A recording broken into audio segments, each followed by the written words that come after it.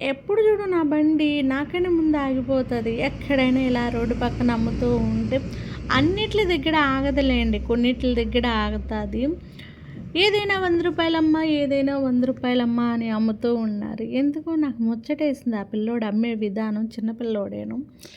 ఎంతో దూరం రాజస్థాన్ నుంచి వచ్చి మా నెల్లూరుకి వచ్చి అమ్ముతూ ఉన్నారు. మనం ఏదో రకంగా కొంచెమైనా ఉంటుందిలే అనుకున్నాను. నేనైతే ప్రతి బాక్స్ పట్టుకొని చూస్తున్నా. వెయిట్లెస్ ఉన్నాయి. 2 దబర్లు, ఒక దోస రేఖ అయితే తీసుకున్నాను. దేనికో దానికి యూజ్ అవుతుంది. ఎంతెంతో ఖర్చు పెడుతూ ఉంటాము.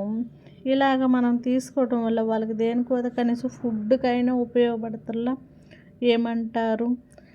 నాకైనా నా బండి ఆగిపోతుంది ముందు. తీసుకో, వాళ్ళు ఎక్కడి నుంచో వచ్చి అమ్ముతూ ఉంటే నువ్వు అలా వెళ్ళిపోతున్నావేంది నువ్వు అంటది నా వెహికల్.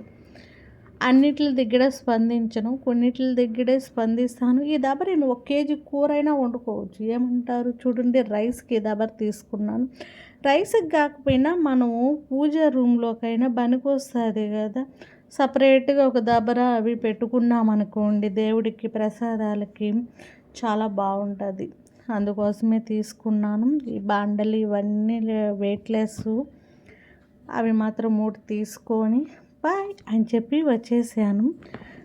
అయితే చూసేదానికి చాలా అంటే చాలా బాగున్నాయి. ఎంత దూరం నుంచి వచ్చి ఇక్కడ అమ్ముకుంటున్నారు. రూమ్ రెంట్లు ఏంది, వాళ్ళు ఫుడ్ ఏంది. మనం ఏంటంటే ఇళ్ళల్లో ఉండి చిన్న చిన్న జాబులు చేసుకుంటున్నా కూడా హ్యాపీ అవ్వలేము.